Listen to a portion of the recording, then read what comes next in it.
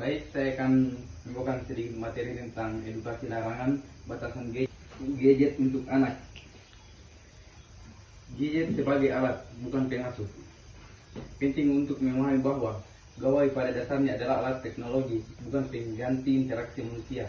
Pada usia dini, otak anak berkembang melalui stimulasi sensorik dunia nyata, sentuhan, bau, suara manusia, dan interaksi sosial. Ketika gawai mengambil alih peran ini, anak kehilangan kesempatan emas untuk membangun fondasi kognitif yang kuat.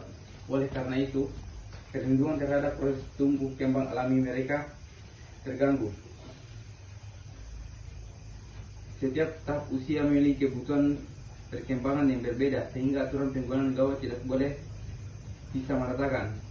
Contoh 1, masa pembentukan usia 0 sampai 2 tahun. Pada fase ini, anak mengalami pertumbuhan otak yang sangat pesat. Para ahli kesehatan dunia melalui World Health Organization (WHO) menegaskan bahwa anak di bawah usia 2 tahun sebaiknya tidak terpapar layar sama sekali. Interaksi dua arah dengan dua orang tua adalah kunci utama bahasa dan kecerdasan emosional. 2. Masa eksplorasi usia 2 sampai 5 tahun. Penggunaan gawai mulai diperbolehkan namun sangat terbatas, yakni maksimal 1 jam sehari. Konten yang dipilih haruslah yang berkualitas tinggi dan bersifat edukatif. Peran orang tua di sini adalah sebagai pendamping yang menjelaskan apa yang dilihat anak sehingga aktivitas penonton tetap menjadi proses belajar yang interaktif. Jadi itu masa sekolah. Usia 6 tahun ke atas, fokus utama beralih pada keseimbangan gawai, tidak boleh menggeser waktu untuk aktivitas fisik, tidur yang cukup, dan pengertian tugas sekolah. Orang tua perlu mengajarkan literasi digital, bagaimana membedakan informasi yang baik atau buruk di internet, area terlarang dan pentingnya detox digital. Menetapkan batasan fisik di dalam rumah sangat efektif untuk membentuk kebiasaan sehat. Meja makan harus menjadi zona bebas gawai untuk melatih komunikasi keluarga dan kesadaran saat makan. Mindful eating. Kamar tidur juga harus bebas dari perangkat elektronik, terutama 1 jam sebelum waktu tidur. Cahaya biru yang dipancarkan layar dapat menekan produksi melatonin yang berakibat pada gangguan pola tidur, penurunan daya ingat anak di sekolah.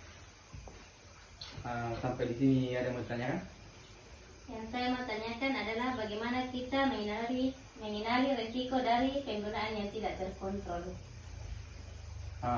Baik, tanpa batasan yang jelas, anak berisiko mengalami hambatan bicara, speechless delay, karena mereka hanya menjadi penerima informasi pasif tanpa belajar merespon. Secara psikologis, paparan konten yang terlalu cepat dapat memicu kerusakan pada sistem dopamin anak yang membuat mereka mudah bosan dengan aktivitas dunia nyata dan lebih rentan terhadap ledakan emosi atau tantrum saat gawai dijauhkan.